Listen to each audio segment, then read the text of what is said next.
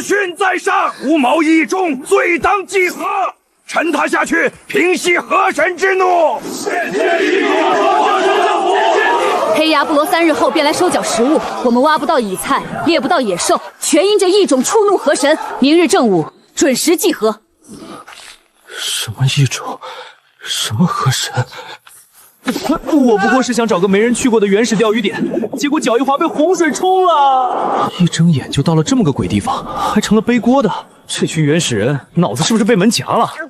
打不到猎物去钓鱼啊，就知道拿树皮吃。这么宽的河肯定有大鱼啊，你们不知道吗？还在那啃树皮搞戏技，脑子被门夹了吗？狂妄！无器者误入神者照朝，碰水便已受潮，全族皆亡。一个异众也敢蛊惑人心！阿福，看好他。明日正午，火祭河神。刚穿越就要被祭河，开什么玩笑？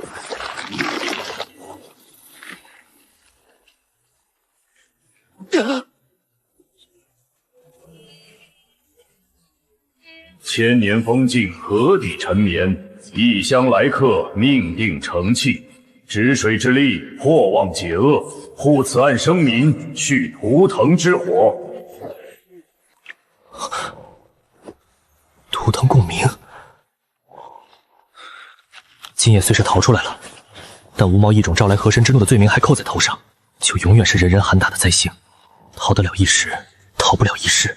只有吊起河底的鱼，让族人亲眼看见这水里藏的是果腹的生路，不是索命的恶鬼，我才能真正在这兽世站稳脚跟，才算真正从祭刀底下捡回自己这条命。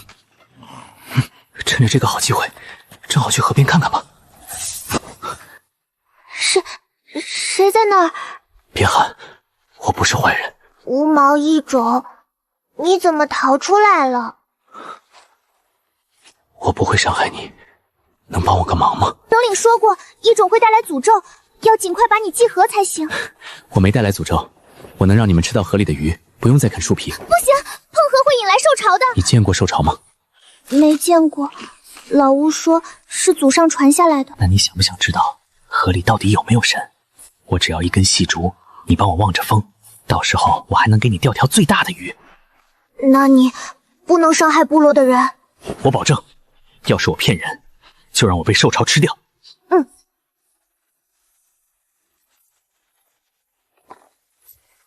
你要这个做什么？钓鱼得用竿，还得有线有钩，那种细细的搓成一股的东西。我知道哪儿有，你跟我来。阿水姐，我看见一只兔子往那边跑了，很大一只。在哪儿？那边，往芦苇丛跑了。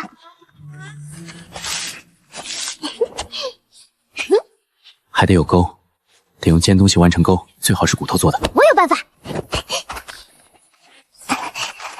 这是老巫刻图腾纹路用的，你别被发现了。谢了。你小心点儿，老巫会惩罚违背祖训的人。上次阿星碰了河水，被老巫用木桩打了10下，关了3天。我知道了，你先回去吧，要是被人发现就麻烦了。你要是钓到大鱼，记得给我留一块。嗯，钓竿有了，线有了，钩有了，今晚就让你们看看河里到底有没有神。居然能感知到浅滩乱石间鱼群的细微动向，半指长的小鱼，肥硕的鲫鱼，甚至核心深处一团庞大到令人心悸的阴影。虽然现在图腾之力能用的还很少，连那深处巨物的轮廓都摸不真切，但是浅滩这块已经够用了。这位置背阴避光，淤泥肥厚，最是藏饵的好地方。这尺寸，这活性，正是釉底层鱼的上品活饵。腐叶的美味能顺着水流飘得更远，把散游在远处的鱼群一步往窝点引。有这卧料打底，再加方才那点若无的水感，不等天亮，鱼群就得乖乖聚过来。现在就差鱼漂了，茎秆中空，质轻皮厚，浮力刚好，现成的漂材。漂定好了，钩也穿好了，接下来就等鱼开口。腥甜味在水底扩散，鱼群在靠近，它们闻到了，试探，还没咬实。等3、2、1，好家伙，个头不小！幼鱼不能硬拉，硬拉只会断线，慢慢耗它力气。是一条大鱼，起码有3尺长，鳞片是红色的，像一团火。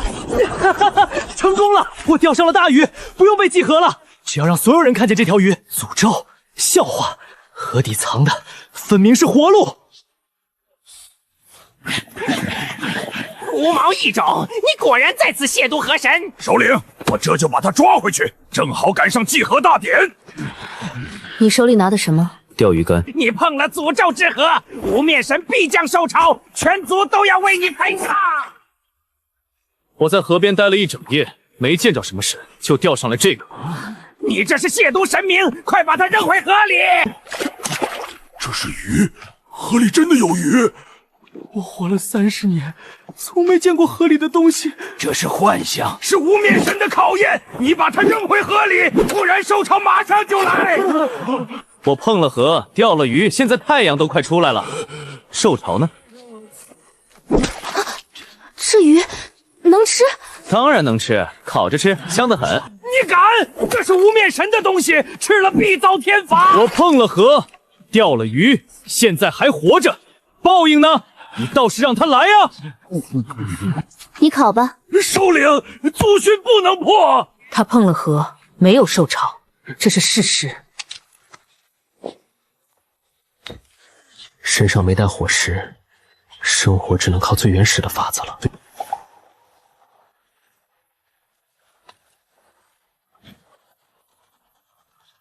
快了，快了！成了。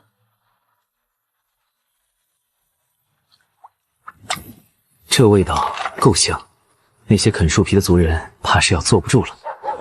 好香，比树皮饼香多了。这味道我从来都没闻过。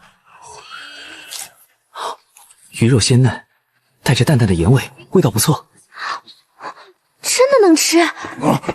比树皮饼好吃100倍。河里真的有能吃的东西。祖训说碰水必引受潮，除非今日你连钓3竿全程无事，我族便信你不是灾星。若引来受潮，第一个就把你扔下去祭河。我说到做到。行。水流从西往东推，坠子在石缝间磕碰，饵在晃，鱼还没咬实。一条。昨天打隔夜窝的地方，鱼应该已经聚过来了。水下的东西不小。2条。我看到了，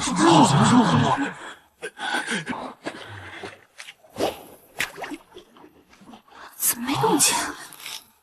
不急，等它咬实。这次的东西比前2条都大。要不要帮忙？不用。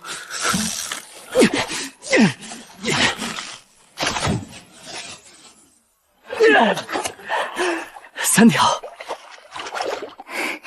你做到了。难道祖训真的错了？异族人，这线是怎么搓的？武功能借我看看吗？蚯蚓在哪儿挖的？想学？想教我们，我也想学。明天一早，河边集合。异族人，你要教我们什么？先教你们搓线。哼，搓线，藤蔓绑一绑不就行了？费这劲做什么？扯一下。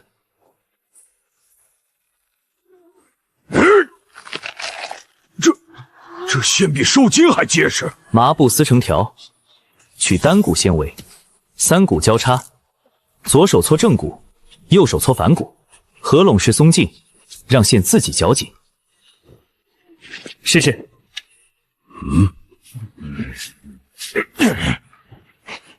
左手稳住，右手不用那么用力，让线自己绞。可以了。我学会了。真比受精还结实。手桥不分男女，谁学得快，谁就来教别人。接下来教你们磨骨钩，这玩意儿能勾住鱼，鱼一甩尾巴就脱了。你磨倒刺，这倒刺，刺进去就拔不出来。选骨头要选硬的，肋骨最好。先磨出钩形，尖端要锋利，倒刺最关键，角度不能大也不能太小。试试。倒刺角度偏大，但已经能用，好多了，几乎与我磨的相差无几。以后渔区的事，你负责教大家。可是我是女的。女的怎么了？手巧不分男女。合格线23根，合格钩17枚，够用了。今天就到这里，明天继续。异族人，明天教我们什么？教你们绑钩，线和钩是分开的，得绑在一起才能用。我会认真学。你不怕这诅咒之河了？怕，但你说河里只有鱼，没有神，你信？我饿了3年，树皮饼吃不饱，野果不够分，每年冬天都有人饿死。既然河里有鱼能吃，我想学。留着，明天用。部落的存粮还能撑多久？你问我？你既然能钓鱼，应该也懂别的。存粮的事，你帮着看看。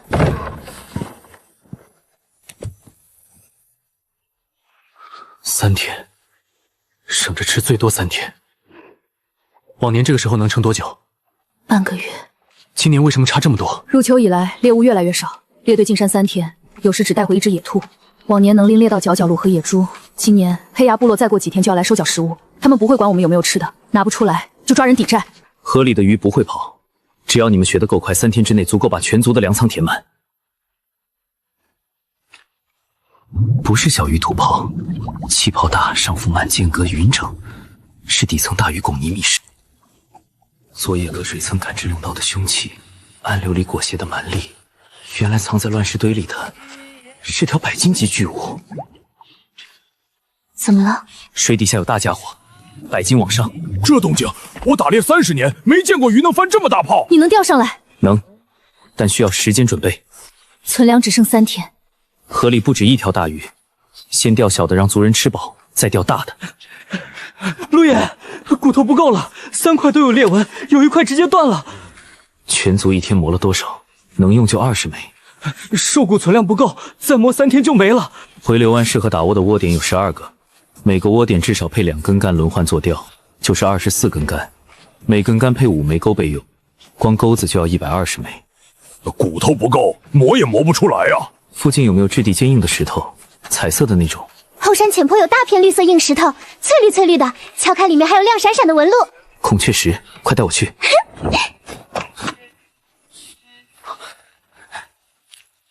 断面翠绿，表面有细密结晶纹路，质地比兽骨硬多。这储量足够全族用几年。这石头能磨钩子？太硬了，根本磨不动啊！不磨，直接炼。炼？用火炼出铜水，倒进模具，一次成型，1天能出数百枚钩子，硬度是骨钩3倍，钩尖不易磨损。你懂炼铜？懂。陆爷，这些够不够？够了。首领，老吴在晕倒了。怎么回事？刚才还好好的，突然就倒下去了，嘴里念叨着什么字。你来了。这是西域部千年传承的水神古卷，你若是应命之人，自能看懂。持竿遇水者，一股无光，若图腾自发归隐居于未足。1000年了，自建族以来，这古卷就没亮过。上面写了什么？持竿遇水者，以铜为引，居于北族。这个字是铜，就是我在后山找到的绿色矿石。炼铜的事得尽快动手，全族等不起。人手怎么分？阿虎，你带5个壮丁，负责筑炉、采矿、烧炭。炉址选在那儿，地势比河面高2丈，背风，离矿脉近。交给我。是呀，你带8个有捕猎经验的，组成钓鱼队，回流湾6处窝点，分2班轮钓，昼夜不停。窝料配方记好了。河泥拌蚯蚓碎、腐叶渣，2个时辰补1次窝。记住了。阿青，你带3个手巧的女子，搓线、制风囊、刻石范，3类细活全归你。风囊是什么？炼铜用的古技囊，等会儿画图样给你。啊！全族存粮、兽皮、木材、石料，统一由你调配。筑炉用啥材料？河湾深处的青椒泥混石英碎石、草木灰。跟我来。炉基挖3尺深，分3层填碎石夯实，底层拳头大石块，中层碎石子，最上面细砾石，每填半尺夯1次，踩上去纹丝不动才算合格。可以了，去河漫滩采扁品花岗岩，垒炉身外框。炉身不能直筒，下宽上整，像收口的兽皮带才能把热流兜住，不然一半火气都从顶上跑了，化不了矿石。底部宽6尺，收口处收4尺，炉口留2尺宽就行。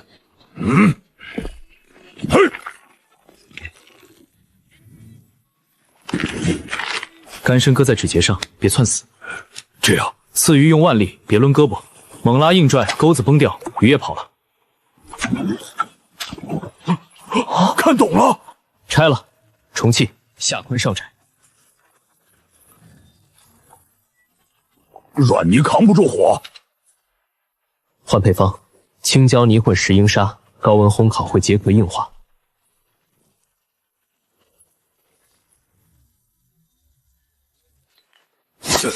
这玩意儿比石头还硬。耐火泥烧久了会釉化，越烧越硬。哈哈哈！成了。整张鹿皮做囊体，硬木做风管，木架踏板联动，踩下去风囊鼓起，气流冲进炉廊。风量是手动山峰的3倍。这炉子能行了。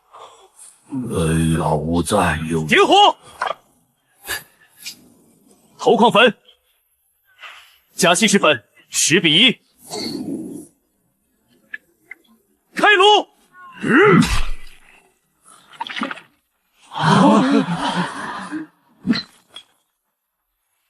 钩尖锋利，倒刺精准，这比骨钩强太多了。陆岩，换铜钩后连中2条黑鱼，2斤以上，骨钩长崩倒刺，铜钩一点事没有。后续铜料优先供应鱼钩，再逐步打造石斧、砍刀。这真的是我们做出来的。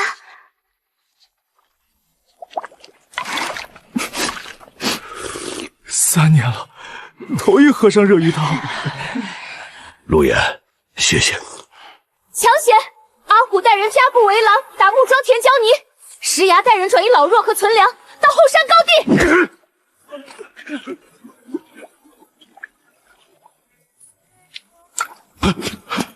存粮又耗了2成，边境哨点不说，黑崖部落队伍因暴雨暂缓脚步步，还在10里外，摆明了等雨停就来抢。不会是炼铜触怒了河神才降暴雨吧？巨物在拱泥，涨水溶氧飙升，蛰伏河里的白金巨物被水流刺激，正在开口觅食。窗口期到了，去哪儿？叫老乌召来，河底巨物开口了。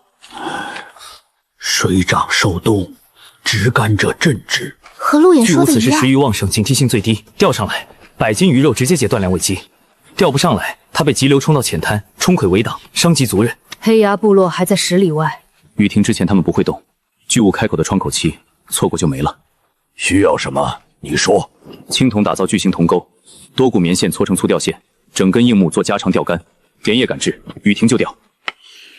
3路同时动，第1路炼铜组分2炉，一炉浇铸巨型倒刺铜钩，钩门宽2指，钩底深3指，倒刺加长1倍，石斧现在就可。另一炉呢？量产普通青铜吊组，钩、坠、线卡全套，今晚能出多少出多少。食饭来得及。软泥饭应干半个时辰就能浇铸。阿青，你带女子组搓线，12股荒丝棉线合骨进树胶阴干，专配巨物钓竿。普通棉线6股合骨配2指吊组，那得多粗？手指粗。伐木组进后山，选整根青钢木，长度2丈，根部直径1拳，不要拼接。整根木杆受力易断。火烤定型兽皮缠腰，整杆腰力远胜拼接。巨物开口靠前期不等人，铜钩同步量传，雨停就能开钓稳粮，也能试竿钓兽。全族听路眼调度。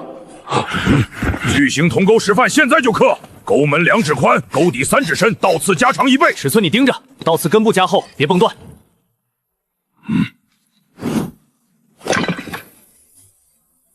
第1炉铜水先灌巨钩，撕成细纤维，3股交叉拧成单股，12根单股在合骨搓成手指粗的粗线。树胶浆端过来。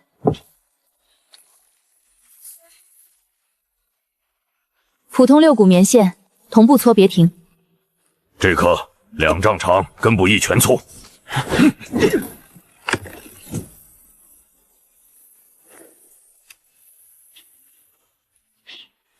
去皮。火烤过后确实软了，烤到木质表面渗出猪汁再停。从根部缠到干梢，每圈压前一圈一半，干尾留出一节握把，缠双层兽皮，至少3斤重。这钩能钓什么鱼？河底那个100斤巨物最能吞下人头，普通钩太小挂不住。粗线好了，6股普通棉线盘了10盘，每盘20张。干身硬挺，握把缠双层兽皮。上铜钩。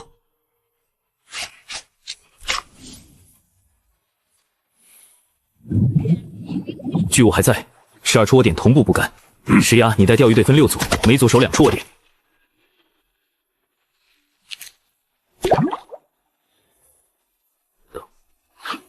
中了！这条黑鱼至少3斤，星斑碎银鱼连口。第3日渔获破150斤，鱼竿堆满储物铺。留足3日鲜食，其余尽数烟熏腌制，充作战备粮。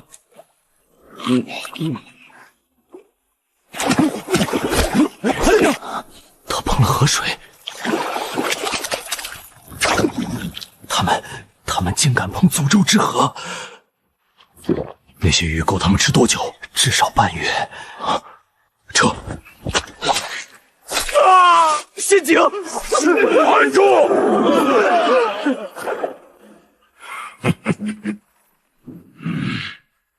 押回去。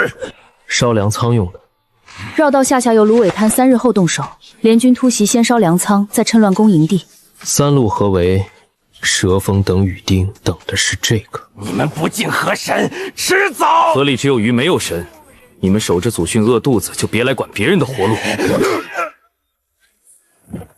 当先御敌，还是先钓巨物？防务先行铺开，哨点外扩3里，巡逻队加倍。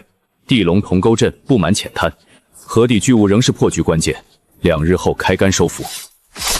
全族备战。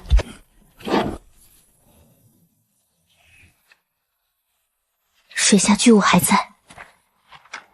2日后，我亲手把它钓上来。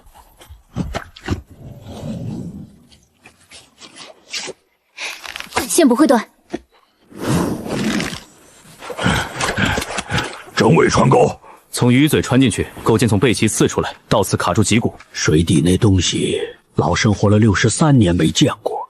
祖训里叫它无面神，触之必遭天罚。不是神，是龟。你怎知道？ 龟类换气气泡成串间隔均匀，鱼泡散，龟泡密。这串气泡每隔半炷相冒一次，持续3天了。放线。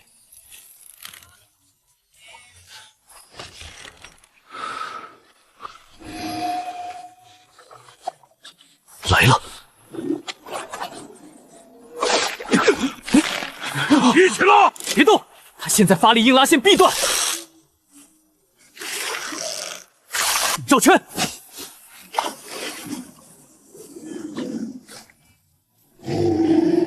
他累了。早着，龟类耐力是鱼类10倍，现在消耗了它3成体力。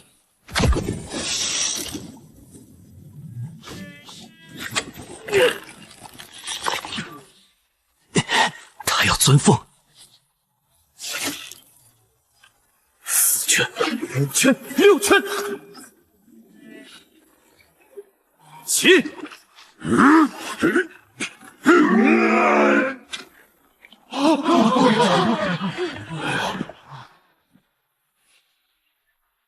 这是腹甲上的纹路，跟祭台图腾石柱一模一样。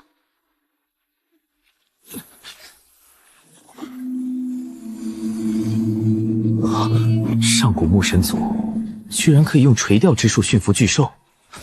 无面神苏醒，巨兽军团失控，港口崩塌，木神族覆灭。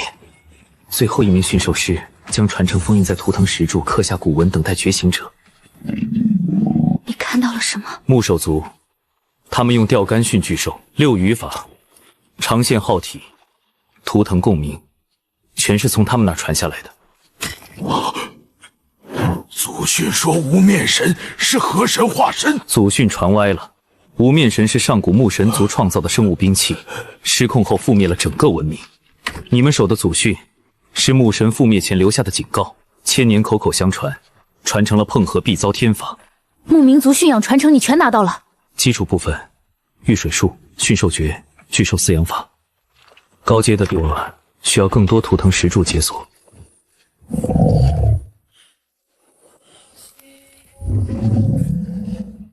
他听你的话。图腾契约，它能感知我的指令，我能感知它的状态。饿了、累了、受伤了，全知道。这玩意儿能干嘛？水里能驮人，背甲能挡毛，尾巴能砸碎兽骨。成体岩甲龟背甲值直径超过3丈，能驮10个壮汉渡河。3丈背甲？这只是幼体，成体在更深水域。等它长大，西域部落就有水战坐骑了。炼铜炉别停，青铜兵器、铜钩、陷阱、配件、昼夜感知。御水术、驯兽诀、巨兽饲养法。高阶的比我需要更多图腾石柱解锁。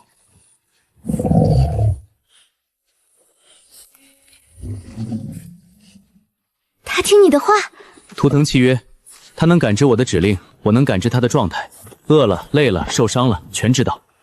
这玩意儿能干嘛？水里能驮人，背甲能挡毛，尾巴能砸碎兽骨。成体岩甲龟背甲值直径超过3丈，能驮10个壮汉渡河。3丈背甲？这只是幼体，成体在更深水域。等它长大，西域部落就有水战坐骑了。炼铜炉别停，青铜兵器、铜钩、陷阱、配件、昼夜感知。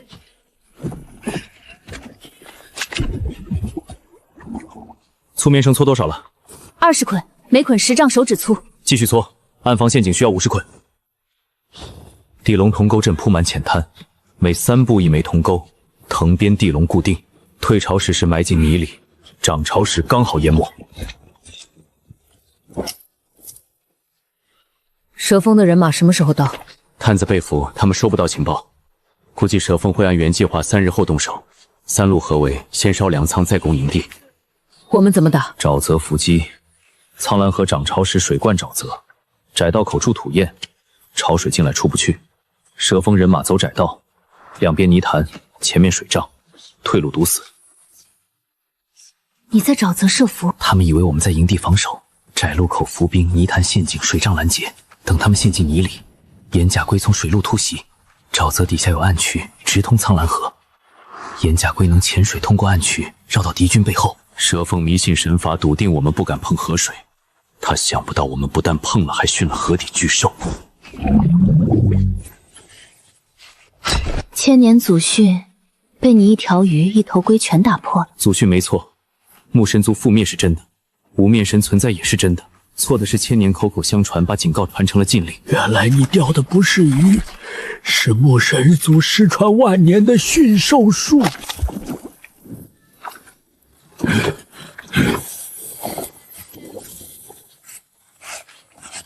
7成铜2成锡1成铅，铸矛头刚好。矛头要多少？50枚。猎手队人手1支青铜矛。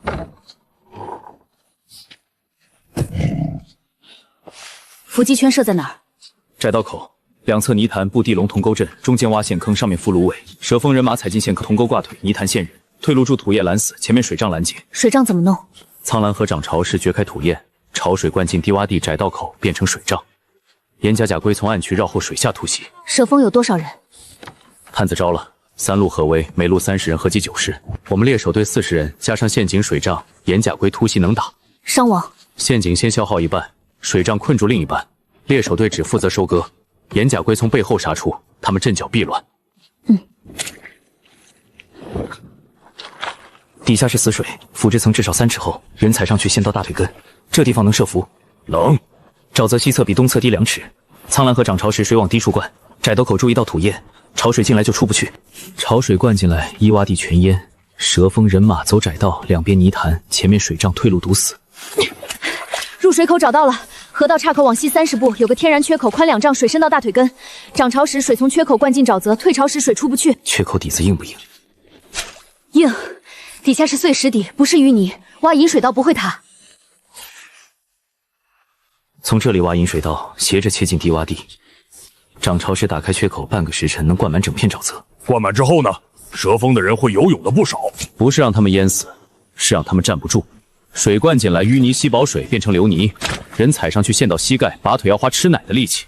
蛇族穿兽皮甲，沾水重3倍，陷进去动都动不了。然后我们用青铜钩阵收网。对，回去定方案。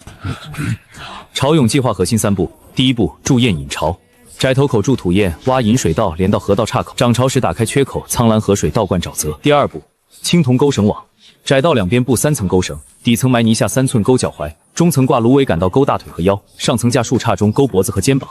钩绳用3股荒丝棉线，每根线挂5枚青铜倒刺钩，钩尖朝内，越冲钩得越深。3层钩绳要多少枚铜钩？窄步长200步，每3步一组，一组5枚，大概340枚。3天能铸出来。鲁朗改造完了，一次能浇铸12枚。第3步，岩甲龟堵在窄道出口，蛇峰的人被钩绳困住，潮水淹到腰，岩甲龟从正面撞进去。岩甲龟能撞穿多少人？半吨重的龟撞过去跟滚石一样，但岩甲龟不是用来杀人的，是吓人的。吓人！蛇族世代迷信神罚，他们看见潮水倒灌泥潭吞人，青铜钩从水里弹出来已经慌了，再看见一头半吨重的巨龟从水里冲出来，他们会以为是河神显灵。打溃仗不是打死仗，让他们自己跑，我们在后面收钩子。祖训记载，木手族以水为阵，不战而屈人之兵。你方才布的水阵和祖训里记载的一模一样。人手怎么调配？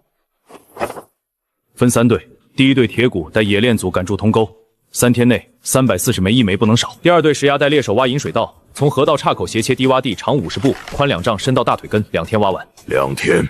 第3队阿倩带道具组编织钩绳网，3层钩绳，每层用3股荒丝棉线钩，间距2尺，绳长200步，2天编完。够，编绳没问题，但荒丝棉线库存不够。差多少？3层钩绳要600步棉线，库存只剩400步。让族人把备用兽皮割成条，3股拧成皮绳，皮绳做主线，棉线做钩绳，混着用。是。蛇峰什么时候到？事后回报，黑牙联军已经动身，300人带了工程器械，蛇峰亲自带队，预计明天傍晚到沼泽边缘。明天傍晚到，他们不会立刻进沼泽，我们今晚全部布设完毕，明天天亮前全员进入埋伏位。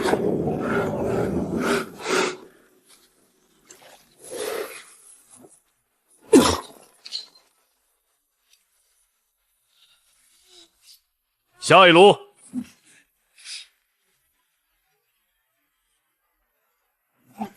挖到碎石底就别挖了，保持2丈宽斜着切，别挖歪了，歪了水灌不进低洼地。每5枚钩子一组，组间距3步，绑完一组拿过来检查，钩尖角度不对的重绑。阿七姐，这钩子真能勾住蛇族？废话，上次沼泽陷阱5枚钩子牵进探子手脚，疼得他嗷嗷叫。这次3层钩绳，踩进去就成刺猬。哎，这里埋底层钩绳，泥下3寸，钩尖朝上，上面盖薄泥，踩上去就触发。引水道挖通了，水已经开始往低洼地灌。灌速多少？半个时辰涨了半尺，照这个速度，明天天亮能淹到膝盖。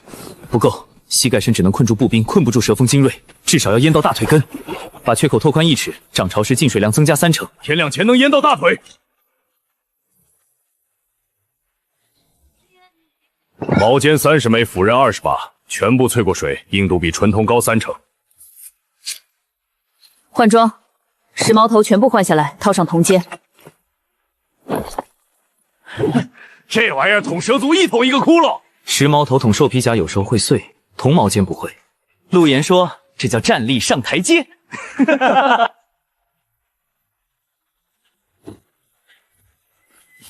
报，黑牙联军已到沼泽边缘，正在扎营，300人工程梯10管2地，壮木2根，蛇锋亲自带队。明天天亮进攻，和预测的一样。陆明，全员就位。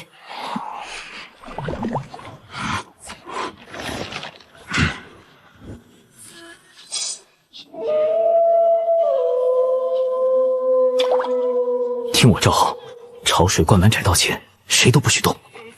西域部族就在这片沼泽后面，他们以为诅咒之河能挡住我们，但雨停了，河水退了，没什么能挡住我们了。3路同时进，左路绕东侧高地，右路沿河岸摸进中路，走窄路直穿沼泽。中路到了就放火烧粮仓，粮仓一烧，西域部族不攻自破。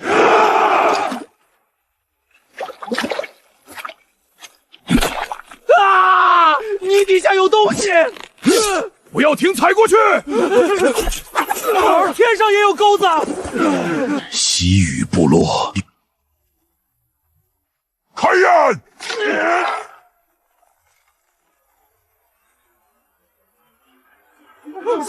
水灌进来了！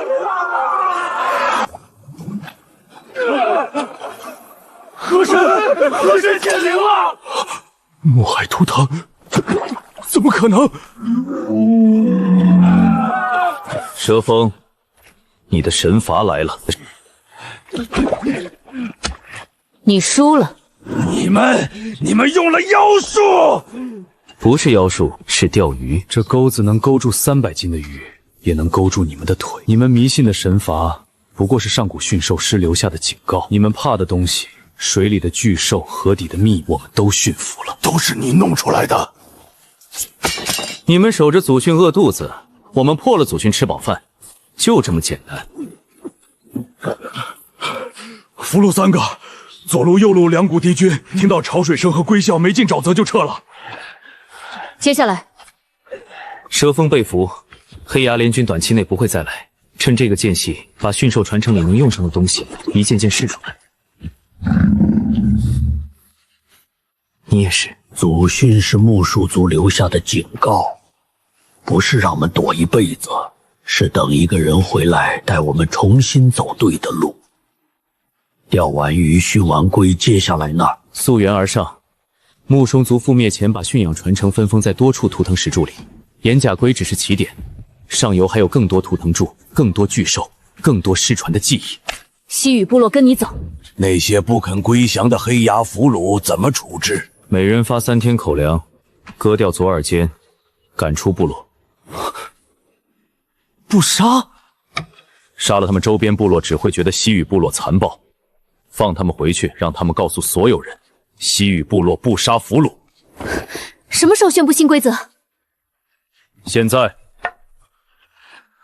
宣布3件事：第一，从今天起分配规则改了，不再均分，按公分折算，10斤鱼获1公分，1头猎物5公分，1把铜钩2公分，公分每天记账，全族公开。陆岩，我每天多钓2个时辰的鱼，多出来的渔获能多算公分吗？能。那我今晚就去河边打隔夜窝。以前均分多好，好什么？你上个月钓了几条鱼？我钓了300斤，你钓了30斤，分的一样多，你好意思？第2件事，处置黑牙俘虏。这3人每人发3天口粮，离开西域领地不准再踏入半步。便宜他们了。不杀是对的，杀了他们黑牙部落的残余会更恨我们。第3件事，明天探索木水族遗迹，沼泽深处有上古遗迹，我需要10人随行，自愿报名，随行者额外算10公分。我去，我也去。算我一个。石牙、阿倩、灰爪，我也去。部落需要人留守。老巫族在，遗迹里可能有危险，你一个人应付不来。行。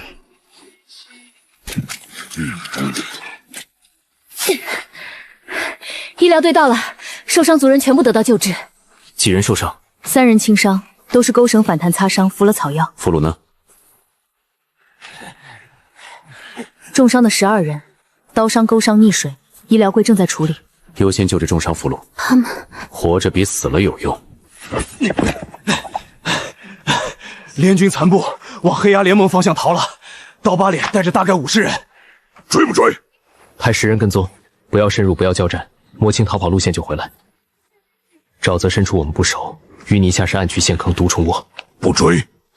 残兵败将跑回部落，比我们杀光他们更有用。恐惧会传染，你要瓦解黑牙联盟士气。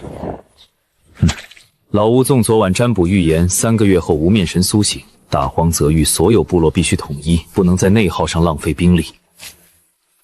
这些钩子还能用，倒刺没崩，钩尖没歪。回收。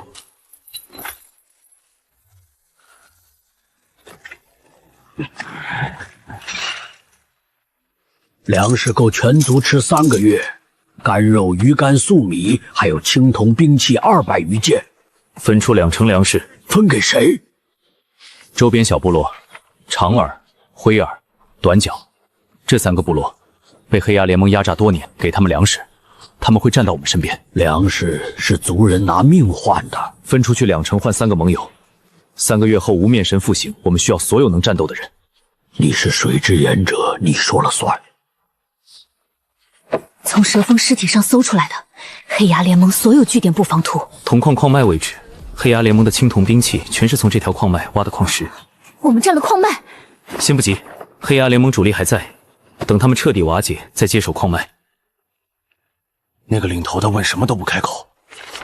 你的布防图，3个据点，200兵力，2个盟友部落，核实一下。假的，全假。蛇峰画的假图骗你们这种蠢子。图是真的，我帮刀疤脸磨过墨，图是他照着前首领留的皮卷描的。后山矿洞还有多少人？40个，20个挖矿，20个守矿洞，矿洞里存了300斤铜锭。沼泽营地60人，30个猎手，30个副爪。备用粮仓空的。千愁灵死之前把粮食全调去冰原了，说是给援军备的。闭嘴！再敢多说一个字！你左脸3道爪痕，黑崖联盟规矩，前首领亲族才有资格刻3爪。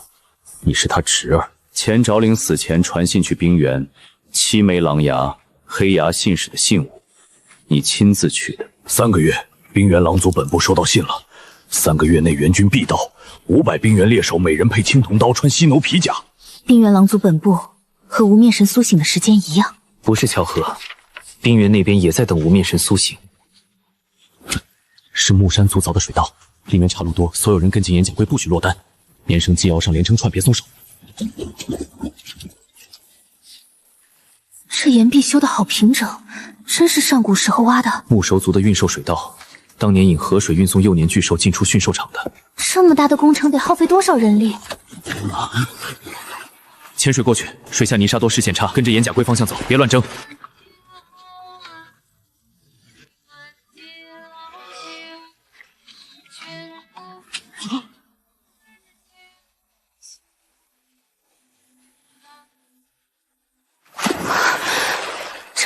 这是什么地方？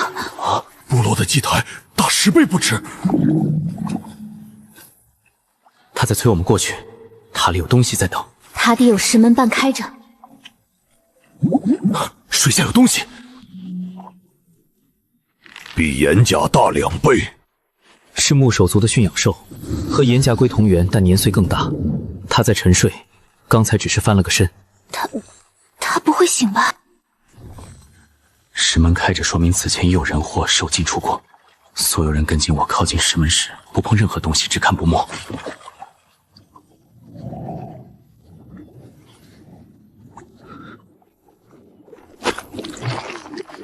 毒汁，沼泽毒汁，吸饱血会放麻痹毒素，多了能让人瘫在水里。都往岩甲龟身边靠，掏草药包，把驱毒草汁揉出来，抹手脚。这玩意儿阴得很，一点动静都没有。沼泽毒岩靠水流震动变位，都没事，接着走。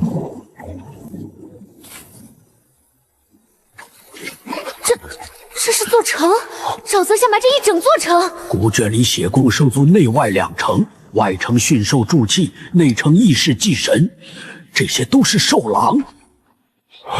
这么粗的石栏，得驯多大的巨兽？驯兽钩，巨钩配长线6兽泄力，辅以图腾共鸣定契约，和我们收服岩甲龟的法子一脉相承。有东西过来了，不止一条，在水里。变异水蛇！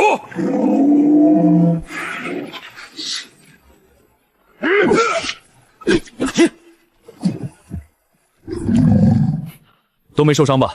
有这大家伙在，再多蛇也不够打的。今天先摊到这里，位置已摸清，外城驯兽场格局也大致有数，回去整理清楚，再安排人手来清理发掘，稳妥为上。等下次来就能把里面的驯兽法子都挖出来了吧？等等，那边还有东西。还要往里走？不是说先返城吗？不远，共鸣感不强，应该离主水道很近，顺路看一眼就走。铸炼坊，古卷里提过木楼族的铸炼坊，专造驯兽器具与兵刃。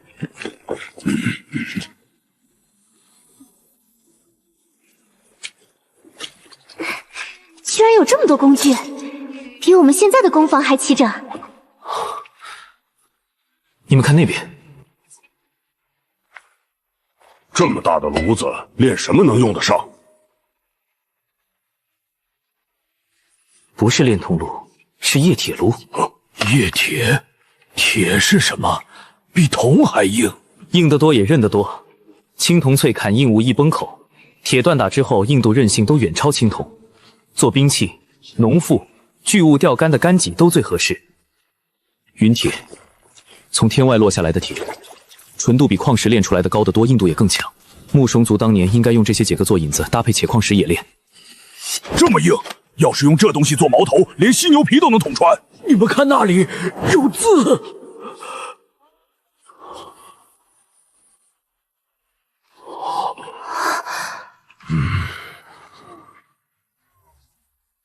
是液铁的拳法。木手族把祝卢小子刻在墙上了，连图样都有。有了这图纸，就能照着剑炉子炼铁了。能，耐火泥配方、炉形结构、骨锋方式全都写得明明白白。云铁残块刚好能当母本，先炼出第一炉铁，再慢慢找铁矿脉。真能炼出铁，我们的兵器余器就能再上一个台阶。3个月后，冰原狼族南下，胜算也能大几分。不止对付狼族，无面神是深海巨兽，青铜钩挂不住它，只有铁钩、铁线、铁戟竿才能吊得住那种庞然大物。这液铁树本就是木海族为了御兽造的。那还等什么？把这些云铁都带回去，照着图纸建炉子。不急，液铁比炼铜复杂得多，炉温更高，工序也多。先把云铁残块收好，石壁图谱全部描摹下来。工坊里的工具石范，挑有用的带几件，能省不少事。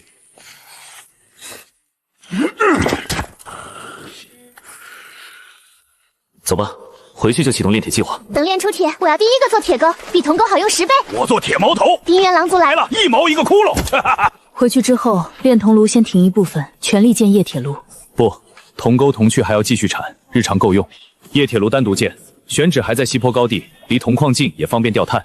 第一批先建一座小炉试烧，用运铁引炉，成了再扩产。从今天起，西域部落要从青铜时代跨进铁器时代了。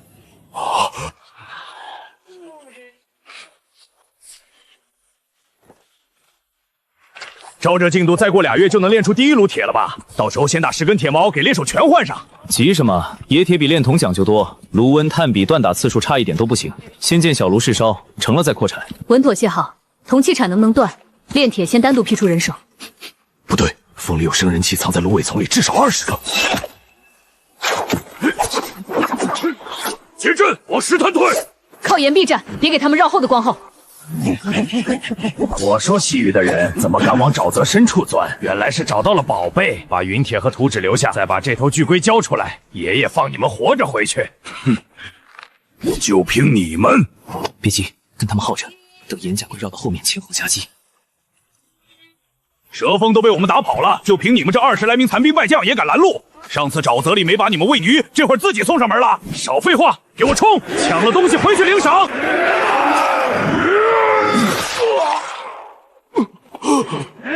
这样下去不是办法，他们人多，我们耗不起。快了！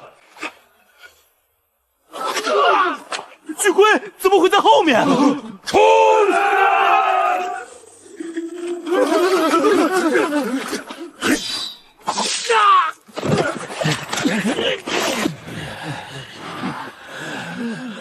算你们狠！冰原的援军马上就到，你们得意不了几天。后山矿洞现在是谁守着？说不说？不说把你扔去沼泽里喂毒猪。矿洞还有30个人守着，一半矿工，一半弟兄。头领死了之后，大伙就守着矿洞过日子，没粮了才出来抢。矿洞里有多少存铜？300多斤铜锭，还有半洞矿石。矿脉往山里还能挖，地下的矿层更富。正好，本来明天也要接手矿洞，既然撞上了，索性今天一并收了。你带路，敢耍花样，第一个把你扔矿洞里喂老鼠。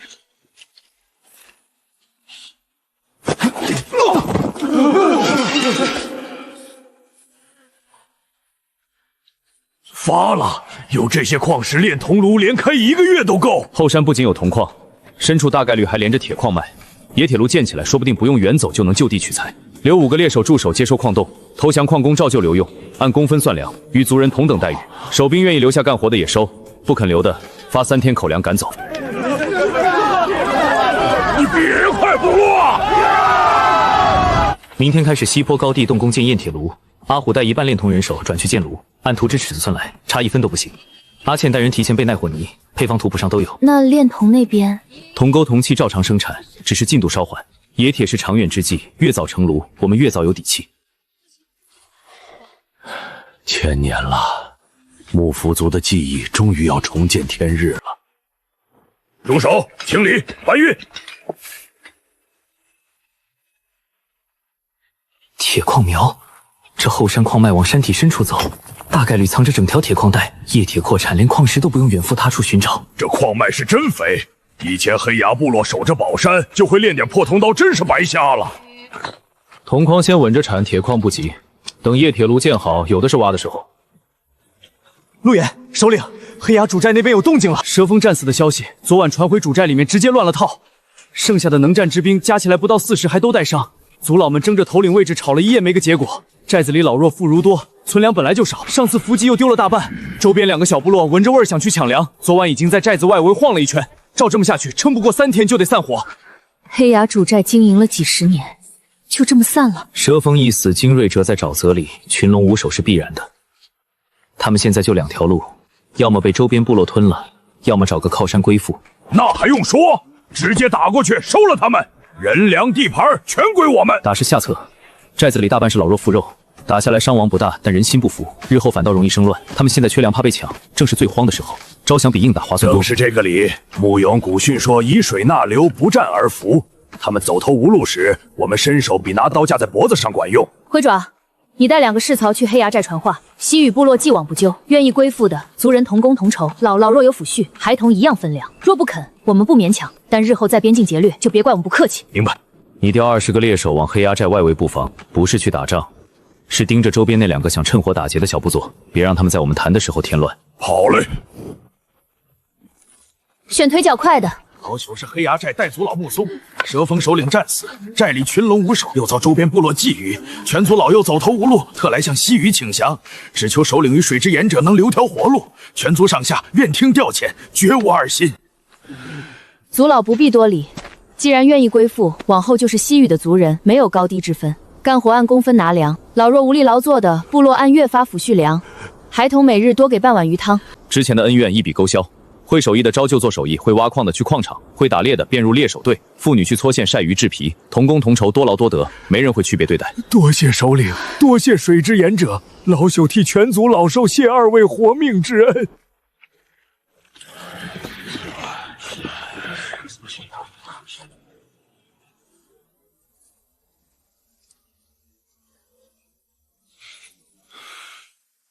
粮不够是头等事。先调一批鱼竿和粟米过来赈灾，稳住人心。明天开始，青壮一半去矿场，一半去开垦旱田种粟米。鱼队也加派人手，先把口粮缺口补上。工坊也要扩，多了这么多人，铜钩、工具、衣物都缺。制皮队、搓线队、冶炼房都得加人。按工分算，学手艺期间也发保底粮。人多了也好，液铁炉工期能提前。从明天起抽20个壮丁专门建炉，阿虎总负责，按图纸来，差1分都不熊。人心也得安。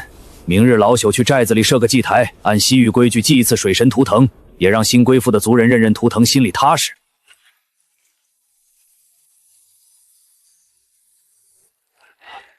一下子多了200多口人，担子重了。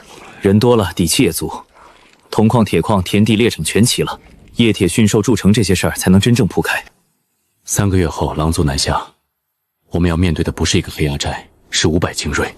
人口翻3倍只是第一步。